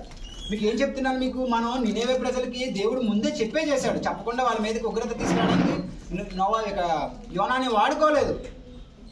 దేవుడు ఏం చేసినా సరే ఒక పర్పస్, ఒక ఉద్దేశంతో చేశాడు. అలాగే నేను ఏదేమేల గురించి కూడా సడన్గా చేసేయలేదు. వాళ్ళకి ముందే ఒక దర్శనాన్ని చెప్పాడు. దర్శనం ఏమైతుంది, మీరు ఇలా ఉండాలి, ఇలా ఉండకూడదు అనేది ఒక ఆలోచనని వాళ్ళకి తెలియజేశాడు. దేవుడు ఏం చేసినా సరే ఉత్తినే చేశాడు, ఒక పర్పస్తో ముందే చెప్పి చేశాడు. అలాగే ఇక్కడ ఏదేమిల గురించి ఒబద్యాకి దేవుడు 1వ అధ్యాయం 1వ వచనంలో కలిగిన దర్శనం అంటే అర్థం ఏంటంటే ఏమైతే జరగబోతుందో దాన్ని దేవుడు ఇక్కడ తెలియజేశాడు. ఇప్పుడు చూద్దాం, ఆ ఏదేమిల మీద దేవుడికి ఎందుకు కోపం వచ్చిందో తెలుసా? ఎందుకు అలా ఉన్నారు మనం ఊహించుకోవద్దు. నేను ఒక మాట చెప్తాను చూడండి. దేవుడు ప్రేమపూర్ణుడు అని అన్నాను. నా పక్క వాళ్ళకి కావచ్చు, మీకు కావచ్చు. ఎలా ప్రేమపూర్ణుడయ్యాడు? దేవుడు ఎలా ప్రేమ గలవాడు? ఎక్స్ప్లెయిన్ చేయాలి. ఇప్పుడు నేను ఫర్ ఎగ్జాంపుల్ మన తోటి బంధువులు ఉన్నారు, లేకపోతే నీ స్నేహితులు ఉన్నారు, నువ్వు పనిచేసే దుక్కుడికి నీ కొలీగ్స్ ఉన్నారు, నువ్వు చదువుకున్న దుక్కున నీ స్నేహితులు ఉన్నారు. వాళ్ళ దగ్గర దేవుడు యేసు ప్రభు చాలా ప్రేమ స్వరూపుడు అని చెప్పేసి ఒక మాటతో అయిపోతుందా? ఎలా ప్రేమ గలవాడు దేవుడు, దేవుడు ఎలా ప్రేమ గలవాడు అనేది నువ్వు ఎక్స్ప్లెయిన్ చేస్తేనే వాళ్ళకి అర్థమవుతుంది. నువ్వు ఆ ప్రేమ అర్థం చేసుకోవాలి. అంటే మనం ఏదో నేను చెప్తున్నాను, ఇవి కల్పనా కథలు కాదు. దేవుని వాక్యం కల్పనా కథలు ఎన్నటికీ కాదు. ఏం చెప్పాను? పరిశుద్ధాత్మ చేత దేవుడు ప్రేరేపించి రాసిన మాటలు. కాబట్టి ప్రతి పదం కూడా నెరవేరింది. దేవుడు ఏదైతే చెప్పాడో అవన్నీ నెరవేరాయి. అక్కడ యాకోబు యోసేపుకి ఎవరైతే పెద్దవాడు చిన్నవాడు అన్నాడో అది నెరవేర్చాడు. అలాగే ఎదోమీని గురించి దేవుడు ఏం చెప్పాడో ఖచ్చితంగా నెరవేరుతాడు. అది అర్థం చేసుకోవాలి. ఇప్పుడు ఆలోచించాలి మీ మనసులోకి. ఇప్పుడు ఏదో మనం ఒబద్యా గ్రంథాన్ని చదువుతున్నప్పుడు ఏదోమీని ఎందుకు వాళ్ళ మీదకి దేవుడు ఎందుకు వచ్చింది, వాళ్ళ ఆలోచన ఎలా ఉంది, అది మనకి తెలియాలి. మనం ఉత్తినే దేవుడు సార్వభౌముడని నేను చెప్పేస్తే, మన దేవుడు సార్వభౌముడని చెప్పేస్తే మన కొలీగ్స్ నమ్ముతారా? ఎలా సార్వభౌముడయ్యాడు? మనం ఏదో కథలు చెప్పాల్సిన అవసరం లేదు. దేవుని గ్రంథంలో చరిత్ర ఉంది. దేవుని గ్రంథంలో నమ్మిన మన మనసులో మనకు సాక్ష్యం, అది తెలుసుకోవాలి. నేను తెలుసుకుంటేనే కదా దేవుడు సార్వభౌముడు ప్రేమ గలవాడని చెప్పగలిగేది. అందుకే వాక్యం తెలిస్తేనే కదా నేను చెప్పగలిగేది. అందుకే ఆ వాక్యం తెలుసుకోవాలి. ఇప్పుడు చూడండి, ఏదేమీలు ఎందుకు దేవుడు నచ్చలేదో చూపిస్తాను. చిన్న చిన్న మాటలు. పక్కనే ఒబద్యా గ్రంథం 761 పేజీ. బాగా ఒక క్రమ పద్ధతులను చెప్తున్నాను, మీ మనసులోకి వెళ్ళాలని ఆశిస్తున్నాను. ఫస్ట్ క్వశ్చన్ చూడండి, 3వ వచనాన్ని 4వ వచనాన్ని చదువుతున్నాను. అత్యున్నతమైన పర్వతముల మీద ఆసీనుడై ఉండి కొండ సందుల్లో నివసించువాడా, నన్ను క్రిందకు పడదోయగలవాడని అనుకునేవాడా, నీ హృదయ గర్వము చేత నీవు మోసపోతివి. ఫస్ట్ అక్కడ ఆగండి. ఇక్కడ ఎవరి గురించి మాట్లాడుతున్నారు? ఈ అధ్యాయం అంతా ఏదేమీల గురించి మాట్లాడుతున్నాడు. అంటే ఇప్పుడు మొత్తం ఏదేమీలు ఎలా ఉన్నారు? గర్వంతో ఉన్నారు. అక్కడ ఏమన్నాడు? కొండ సందుల్లో బండల్లో. అంటే మనం ఫిజికల్ గా చూస్తే మన భారతదేశము ఒక విస్తీర్ణం కలిగిన దేశం. అలాగే ఈ ఎదోం ప్రాంతం ఎలాంటిదంటే కొండల మీద ఉన్నది ఈ ప్రాంతం. అందువల్ల వీళ్ళు ఏమనుకున్నారంటే మేము సెక్యూర్. అంటే ఏంటి, అప్పట్లో యుద్ధాలు జరిగాయి కదా, వీళ్ళు కొండ మీద ఉంటే ఎవరు చీల మీద యుద్ధం చేయగలుగుతారు, మేము అందరికన్నా పైన ఉన్నాం, మమ్మల్ని ఎవ్వరు ఏం చేయలేరు అని ఒక ఆలోచన వీళ్ళకి ఉన్నది. అది తెలుస్తుంది వాక్యం ద్వారా మనకి. అంటే వీళ్ళు ఎలా ఆలోచించారు, మేము ఒక పైనున్న స్థితిలో ఉన్నాము అని గర్వించారని ఉంది. అంటే ఏదేమి ఎలాంటి మనసత్వం కలిగిన వారు, ఇక్కడ గర్వించే మనసత్వం గలవారని ఒక్కటి మనకు అర్థం కావాలి. దేవుడికి ఎందుకు నచ్చలేదు ఇటువంటి మనసత్వం ఉన్న వాళ్ళు? దేవుడు ఎందుకు ఏదేమీ నచ్చలేదో తెలుసా? వాళ్ళ గర్వంతో ఉన్నారు. ఎందుకు గర్వం? వాళ్ళ సిటీ పెద్దది, విస్తీర్ణం కలిగింది. ఆ సిటీ మొత్తం కూడా కొండ మీదే ఉంది. ఇప్పుడు ప్రజెంట్ పెట్రా అని ఉంటుంది, మీరు గూగుల్లో సెర్చ్ చేస్తే ఆ పెట్రా ప్రాంతమే ఏదో ప్రాంతం. ఆ యొక్క అంత అద్భుతమైన ప్రాంతం. అటువంటి గర్వించారు వాళ్ళు. అందువల్ల దేవుడు ఏం చేశాడో తెలుసా? ఆ కింద వచనంలో నాశనం చేస్తానని యెహోవా వాక్కు. చూడండి, చదువుతాను.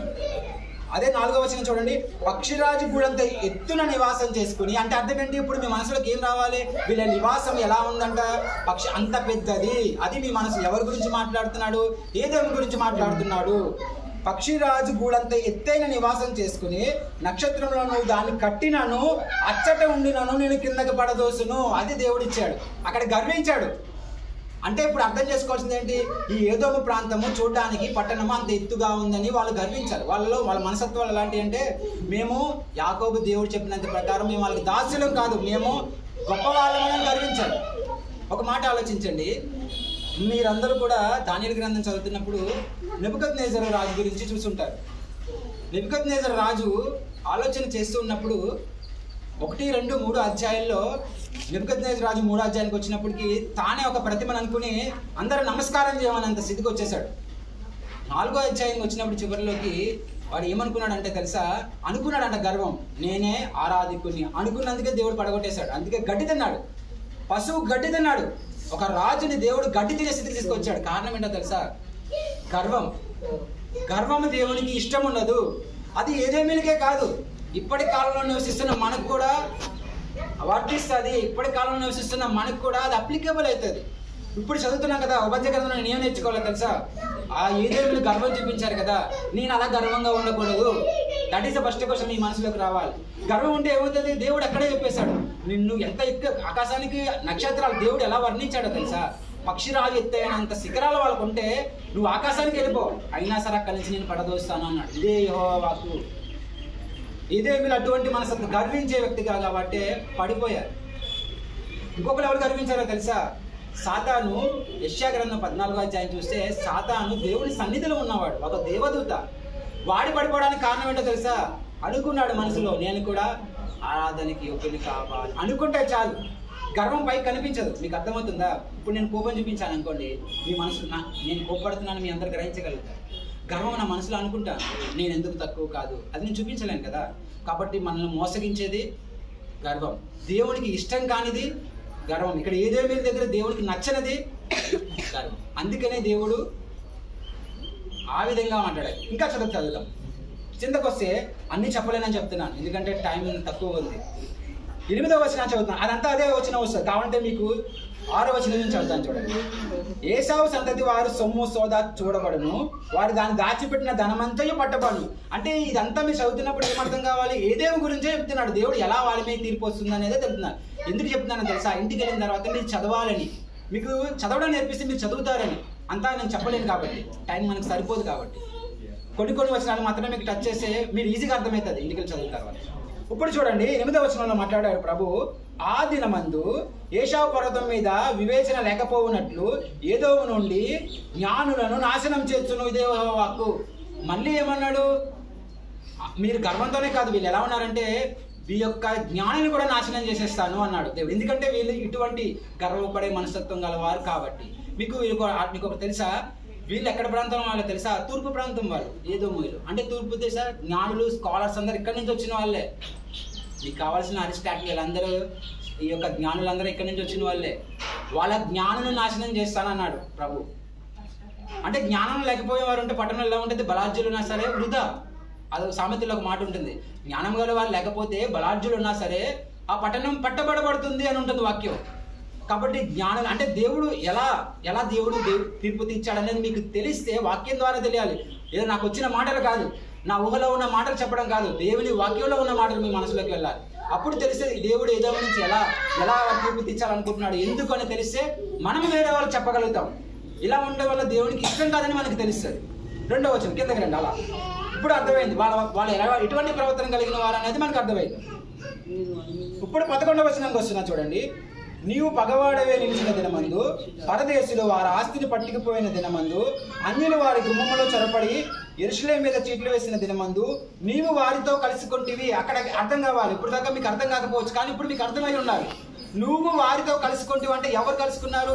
ఏదేమీలు కలుసుకున్నారు. ఎవరితో? అన్యరాజు అయిన నెబుకద్నెజరుతో కలుసుకున్నారు. ఎవరి కోసం?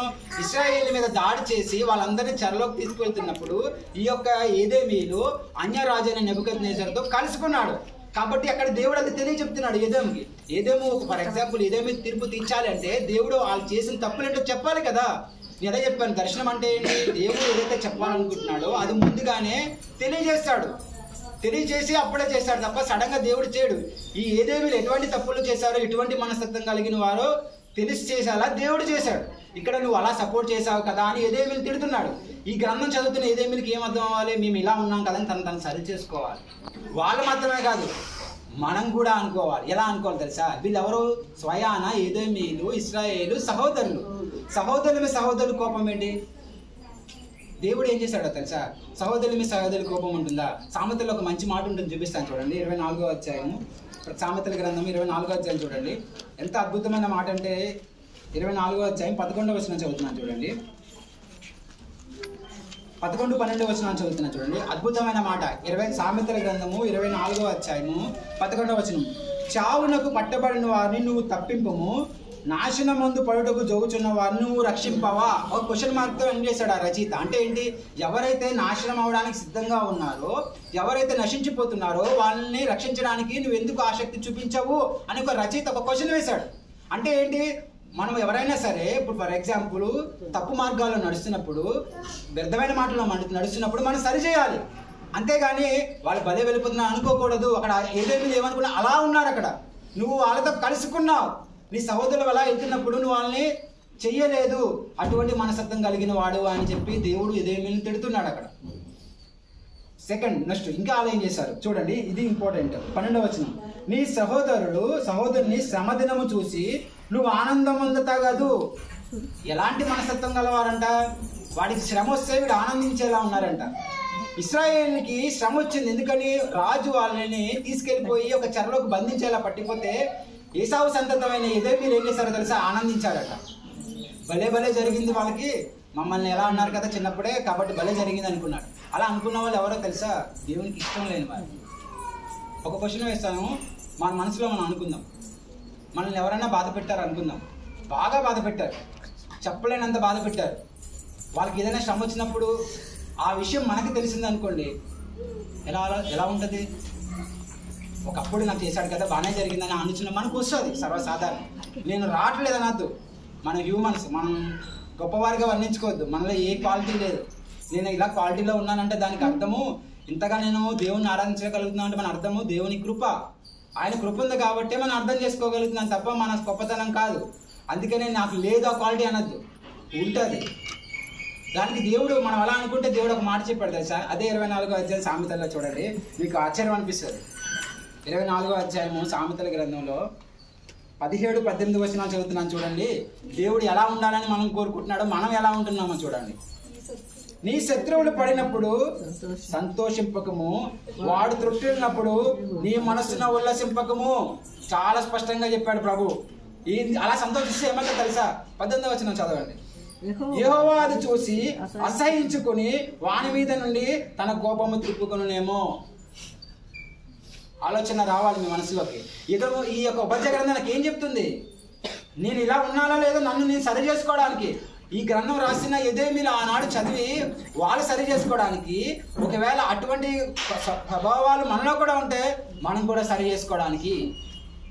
వీళ్ళు ఎలా ఉన్నారంటే ఇశ్రాయేలు భలే పడిపోయినా సంతోషించారంట. అట్లా ఉండాలా? మనం కూడా అలా ఉన్నామా? మనమే ఆలోచన, మీ మనసులో ఆలోచించుకోవాలి. ఒకవేళ అలా ఆలోచన ఉంటే ప్రభువు నన్ను క్షమించమని పశ్చాత్తాపడాలి. మనం నిజంగా ఆనందించమా? ఆనందిస్తాం. అది మీ మనుషులకి తెలియాలి. శత్రువు పడిపోతున్నప్పుడు ఆనందించద్దు అంతే. ఎందుకు ఆనందించదు సార్? వాళ్ళ కొరకు ప్రార్థన చేయమన్నారు ప్రభు. అయితే చూపించాలి ఆ మాట. చూపిస్తాను చూడండి. మత్తయి సువార్తలో చూడండి 5వ అధ్యాయము మత్తయి సువార్త 5వ అధ్యాయము 44వ వచనం చదువుతున్నాను చూడండి. మత్తయి సువార్త 5వ అధ్యాయము 44వ వచనం చదువుతున్నాను చూడండి. నేను మీతో చెప్పినది ఏమనగా, మత్తయి సువార్త 5వ అధ్యాయము 44వ వచనం. నేను మీతో చెప్పినది ఏమనగా, మీరు పరలోకమందున మీ తండ్రి కుమారులై ఉండినట్లు మీ శత్రువులను ప్రేమించుడి, మేము హింసించే వారి కొరకు ప్రార్థన చేయుడి. ఇది మనకి యేసు ప్రభు చెప్పిన మాట. ఎలా ఉన్నారు అలా ఏదోమీలు? వాళ్ళు పడిపోతే అన్నదమ్ములు సంతోషించేలా ఉన్నారంట. అందుకే దేవుడికి ఎందుకు ఏదోమి మీద ఉగ్రత ఇచ్చాడు, దేవుడు ఏదోమీల మీద ఎందుకు తీర్పు తీర్చాడు అనడానికి కారణం ఏంటో తెలుసా? గర్వించే హృదయం ఉంది. మేము మాకు గొప్ప జ్ఞానులు ఉన్నారు, మేమే స్కాలర్స్ అనే ఒక అహంకారమైన భావన ఉంది. ఇంకొకటి, తన యొక్క సహోదరులు శ్రమలో ఉన్నప్పుడు వాళ్ళని ఇంకా పాడు చేయడానికి సహాయం చేశారు, వాళ్ళ శ్రమలో ఉన్నప్పుడు సంతోషించారు. ఇటువంటి క్వాలిటీస్ ఉన్నాయి ఎదోమీలకి. అందుకు దేవునికి ఎదోమీల మీద ఏం చేశాడో తెలుసా? తన యొక్క తీర్పును ప్రకటించాడు. ఏమని ప్రకటించాడు? 3వ వచనం చూపించాను. ఏముంది? 8వ వచనం మళ్ళీ చదువుతున్నాను చూడండి. ఆ దినమందు యెషయా పర్వతం మీద వివేచన లేకపోయినట్లు ఎదోము నుండి జ్ఞానం నాశనము చేతును, ఇదే యెహోవాకు. దేవుడు స్పష్టంగా తెలియజేశాడు. అలా ఉంటే మీకు క్షమ. చూసారా? మిగతా మీరు చదవాలి. అదే ఆలోచన మీరు చదివేటప్పుడు అదే ఆలోచన మీ మనసులో రావాలి. ఇదే సీక్వెన్స్, ఈ సీక్వెన్స్లోనే రాశాడు. 15వ వచనం చదువుతున్నాను చూడండి. ఉపజ్య గ్రంథం 1:15. ఇటువంటి ప్రవర్తన ఉన్నప్పుడు, ఇలా గర్వించే మనసు ఉన్నప్పుడు దేవుడు ఏమని చెప్పాడో తెలుసా? యెహోవా దినము అన్యజనులందరి మీదకి వచ్చుచున్నది, అప్పుడు నీవు చేసినట్టే నీకును చేయబడును, నీవు చేసినదే నీ నెత్తి మీదకి వచ్చును. చాలా స్పష్టంగా దేవుడు ఎదోమీల మీద చాలా చాలా వార్నింగ్ ఇచ్చాడు అనుకోవాలి. ఎందుకు ఇచ్చాడో తెలుసా? నువ్వు ఏదైతే చేస్తావో అదే నీ మీదకి వస్తుంది. ఇది ఏషా వాళ్ళు ఎలా ఉన్నారు? వాళ్ళు నాశనం అయిపోతే బాగుండును అన్నది, అలాగా యాకోబు సంతతి వాళ్ళు అని చెప్పి వాళ్ళ నాశనం అయినప్పుడు, శ్రమదినం వచ్చినప్పుడు వీళ్ళు సంతోషించారు. అటువంటి మనస్తత్వం కలిగిన ఉన్నప్పుడు దేవుడు ఏమన్నాడు తెలుసా? నువ్వు ఏదైతే చేస్తావో అదే నీకు వస్తుంది. నువ్వు వాళ్ళు పాడైపోయి వాళ్ళని కోరుకుంటున్నావా? నువ్వు కూడా పాడైపోవచ్చు. నువ్వు ఎందుకు ఉండకూడదు తెలుసా? మత్తయి సువార్త 5వ అధ్యాయం ప్రకారం సువార్త ఎలా ఉంది? నువ్వు దేవుని కుమారుడివి కాబట్టి నీ శత్రువులు ఎందుకు ప్రేమించాలి? నేను వెంటనే క్వశ్చన్ వేయాలి. వాడు నన్ను బాధ పెడుతున్నా, నేను ఎందుకు ప్రేమించాలి? వాడి కొరకు నేను ఎందుకు ప్రార్థన చేయాలి? నీ క్వశ్చన్ రావాలి. ఎందుకు రావాలో తెలుసా? దానికి రీజన్ ఉంది. ఏంటి? దేవుడు నిన్ను ప్రేమించాడు కాబట్టి, దేవుడు నిన్ను తన కుమారుడిగా చేసుకున్నాడు కాబట్టి, ఉచితంగా దేవుడు తన కుమారులుగా నువ్వు ఈ లోకంలో జీవించాలి కాబట్టి దానికోసం నువ్వు భరించు, వాళ్ళ కోసం కాదు. ఫర్ ఎగ్జాంపుల్, నేను భరిస్తే నేను తక్కువ అయిపోతానని అనుకోవద్దు. నువ్వు భరించేటప్పుడు నీ మనసులో ఏముండాలో తెలుసా? ప్రభువు మనసులో ఉండాలి. అందుకే పేతురు ఏమంటాడు తెలుసా? మీరు హృదయాలందు ప్రభువుని ప్రతిష్ఠించుడు అన్నాడు. అంటే నీ మనసు ఎలా ఉండాలి? ఎవరైనా నన్ను బాధ పెడుతున్నప్పుడు, శ్రమ పెడుతున్నప్పుడు నా హృదయంలో దేవుని తలంచుకోవాలి. ఎందుకు తలంచుకోవాలో తెలుసా? నేను భరిస్తుంది నా కోసం కాదు, నా ప్రభుని చూపిస్తా అక్కడ. దేవుడు అక్కడ నన్ను వాడుకుంటాడు. నేను ఎందుకు చూపించాలి? రీజన్ ఉంది. దేవుడు నిన్ను ఉచితంగా చాలా కృపచేతని నిన్ను రక్షించాడు కాబట్టి. కృపచేత, ఫర్ ఎగ్జాంపుల్, ఇప్పుడు మనం చనిపోతే మనం అందరూ పరలోకి వెళ్తాం. బికాస్ మన చేసే పనుల వల్ల కాదు, దేవుడి కృప చూపించడం వల్ల వెళ్తున్నాం. కాబట్టి ఆ కృప చూపించిన దేవుడికి నేను ఏం చూపించగలగాలి? నా ఫ్రెండ్స్ మధ్య, నా బంధువుల మధ్య, నా చర్చ్ మెంబర్స్ మధ్య వాళ్ళని పొరపాటుగా అన్నా లేదా కావాలనన్నా నేను భరించాలి, తట్టుకోవాలి. ఎందుకు? అలా తట్టుకున్నప్పుడు నాలో ఎవరిని చూస్తారు? క్రీస్తుని చూస్తారు. అందుకే అన్నాడు కదా ప్రభు, ఏమన్నారు? మీరు పరలోకమందు తండ్రి కుమారులు అగినట్లు. ఎలా అవుతావు తండ్రి కుమారుడివి? ఆలోచించు. ఎత్తున ఎలా అయిపోతావు? నువ్వు ఇటువంటి ప్రవర్తన ఉంచినప్పుడు ఆయన కుమారుడు అని నేను చెప్పకూడదు, నిన్ను చూసిన వాళ్ళు అనాలి. నిజంగా ఆ ప్రభుని నమ్ముకున్న వాళ్ళే. నేను ఒక్కటే బాధపడతాను ఏంటో తెలుసా? ఈ యొక్క ప్రజెంట్ ఆధునిక క్రైస్తవంలో బాధపడేది ఏంటో తెలుసా? మనల్ని ఎవరన్నా చూసి ఈజ్ అ రియల్ క్రిస్టియన్ అని ఒక్కరు చెప్పగలుగుతున్నారా? నీ ఇంట్లో చెప్పగలుగుతున్నారా? బయట వాళ్ళు కాదు. అలా బ్రతకలేకపోతే మన బ్రతకు ఎందుకు? సాధు సుందర్ సింగ్ గురించి మీరు వినే ఉండొచ్చు. సాధు సుందర్ సింగ్ని చూసి ఒక చిన్న పాప, పెద్దోళ్ళు కూడా కాదు, పెద్దోళ్ళు అయితే ఏమనుకుంటా ఆయన ప్రసంగాలు విని నిజంగా ఆయన గొప్ప ప్రవక్త, ఎక్సలెంట్. ఆయన టీచింగ్స్ కూడా నేను ఎక్స్ప్లెయిన్ చేశాను. అద్భుతమైన టీచింగ్స్ చేశాడు. కాబట్టి మనకి జ్ఞానం ఉంది కాబట్టి మనం చెప్పగలచ్చు సాధు సుందర్ సింగ్ ఎంత గొప్పవాడని. ఇప్పుడు ఒక చిన్నపిల్ల ఏమన్నా తెలుసా? ఈజ్ అ జీసస్ అంది. సాధు సుందర్ సింగ్ అని చూసి ఆయన యేసు ప్రభు అన్నది. అంటే ఆయన ఏం చూస్తుంది? అది చూపించగలిగాడు సాధు సుందర్ సింగ్. ఇప్పుడైనా సరే బ్రతుకు చూపించినప్పుడే త్వరగా మారుతారు తప్ప వాకింగ్ కాదు. వాకింగ్ చెప్పాలి. బట్ నీ ఇంట్లో వాళ్ళని మార్చుకోవాలంటే ఏం చేయాలి? ముందు నీ బ్రతుకు నీ ఇంట్లో వాళ్ళ మధ్య చూపించాలి. అందుకే పేతురు 1వ అధ్యాయం 3వ వచనంలో పేతురులో ఏమంటాడు, నీ భార్య ఎలా ఉండాలో రాశాడు అక్కడ. ఓర్చుకోగలిగేలా ఉండాలి. అప్పుడు నీ భర్త ఒకవేళ తప్పుగా ఉన్న నీ ప్రవర్తన బట్టి మారిపోతాడు. అది ఆ ఆలోచన మీ మనసులోకి రావాలి. అందుకే ఇక్కడ ఏమన్నాడు, మీరు ఏదో చేస్తే, ఇక్కడ ఉపధ్యాయ గ్రంథంలో 1:17 ఏమన్నాడు, నువ్వు అలా ఉన్నావా, సంతోషించగలిగా ఉన్నావా, నీ మీదకే ఆ ఉగ్రత వస్తుంది అన్నాడు. గలతీ పత్రికలో ఒక మంచి మాట మాట్లాడాడు, చూపించి ఇంకా ముగించేస్తా, లేట్ అవుతుంది. గలతీ పత్రిక 6వ అధ్యాయము, గలతీ పత్రిక 6వ అధ్యాయము 7వ వచనం చదువుతున్నాను చూడండి. చాలా అద్భుతమైన మాట అది. 6వ అధ్యాయము 7వ వచనం చదువుతున్నాను చూడండి. గలతీ పత్రిక 6వ అధ్యాయము 7వ వచనం. మోసపోకుడి, దేవుడు వెక్కిరింపబడడు, మనుష్యుడు ఏది విత్తనో ఆ పంటే కోయను. దేవుడు వాక్యం స్పష్టంగా సెలవుచేస్తుంది. నాకు తెలియదు దేవుడు ఎలా తీర్పు తీస్తాడని. రేపొద్దున మనం చనిపోయిన తర్వాత ప్రభు దగ్గర మనము బుకాయించడానికి లేదు. రేపొద్దు ప్రభు నాకు నువ్వు చెప్పలేదు కాబట్టి నేను అలా జీవించలేదనే హక్కు మనకి రాదు. ఎందుకో తెలుసా, నువ్వు ఏదైతే జీవిస్తావో దేవుడు వెక్కిరింపబడని ఎంత స్పష్టంగా రాసిపడింది. నువ్వు ఏదైతే విత్తుతావో, ఒకరి గురించి మంచి కోరుకుంటావా, మంచి పంట వస్తుంది. చెడు కోరుకుంటావా, చెడు పంటే వస్తుంది. దేవుడు వాక్యమే మనం మాట్లాడుకోవాలి, మన మాటలు కాదు, మన సొంత ఊహలు కాదు. అందుకే ఇక్కడ ఏదేమి ఏమన్నాడు, నువ్వు ఏదైతే విత్తుతావో అదే పంట కోస్తావు. దేవుడు వార్నింగ్ ఇచ్చాడు. అలా జీవించే వాళ్ళకి కదే కాదు, ఇప్పటి కాలంలో జీవిస్తూ ఆ గ్రంథాన్ని చదువుతున్నప్పటికి కూడా మనకు కూడా అటువంటి ఏదేమీల మనస్తత్వం గల మనం కూడా ఉంటే దేవుడు వాళ్ళకే కాదు మనకు కూడా అదొక వార్నింగ్ ఇస్తున్నాడు. అలా ఉండొద్దు. నువ్వెందుకు ఉండదో తెలుసా, వాళ్ళు ఉండొద్దు అనడానికి కారణం ఉంది. నేను ఎందుకు ఉండకూడదు, నేను ప్రభు బిడ్డను కాబట్టి, నా కొరకు ప్రభు రక్తం చెందించారు కాబట్టి నేను అలా ఉండకూడదు. నేనే చెప్తున్నాను, రీజన్ ఉంది, కారణం అది. నేను ఎందుకు నా తల్లిదండ్రులకు లోబడాలి? క్వశ్చన్ ఎందుకు వస్తుంది? వాళ్ళు నన్ను కని పెంచి పెద్ద చేసేంత వరకు చేశారు. ఒక ఏముంది, ఒక కారణం ఉంది, ఒక రీజన్ ఉంది. ఇన్ని చేశారు కాబట్టి నేను రేపు పొద్దున వాళ్ళని చూసుకోవాలి. ఇన్ని చేశారు కాబట్టి నేను వాళ్ళకి లోబడి ఉండాలి. ఇన్ని చేశారు కాబట్టి నేను వాళ్ళని ముసలితనం ముందు వదిలిపెట్టకూడదు. అలాగే నువ్వు ఎందుకు చేయాలి? దేవుడు నీ కోసం ప్రాణం పెట్టాడు కాబట్టి, దేవుడు నిన్ను తన కోసం సిలువలో నీ కోసం మరణించాడు కాబట్టి, నీ కోసమే ఆయన 3వ దినాన లేచాడు కాబట్టి, రేపొద్దున నువ్వు కూడా ఆయనతో పాటు పరలోకంలో ఉంటావు. వీటిని బట్టి ఆయనకు లోబడి ఉండాలి. దీన్ని బట్టి నువ్వు ఒకరి మధ్య వాళ్ళు నిన్ను దూషించినా సరే వాళ్ళ కోసం మౌనంగా ఉండాలి. అలా ఉండడం వల్ల దేవునికి మహిమ వస్తుంది. అక్కడ నువ్వు కాదు, దేవుడు ఆయనది రక్షణ.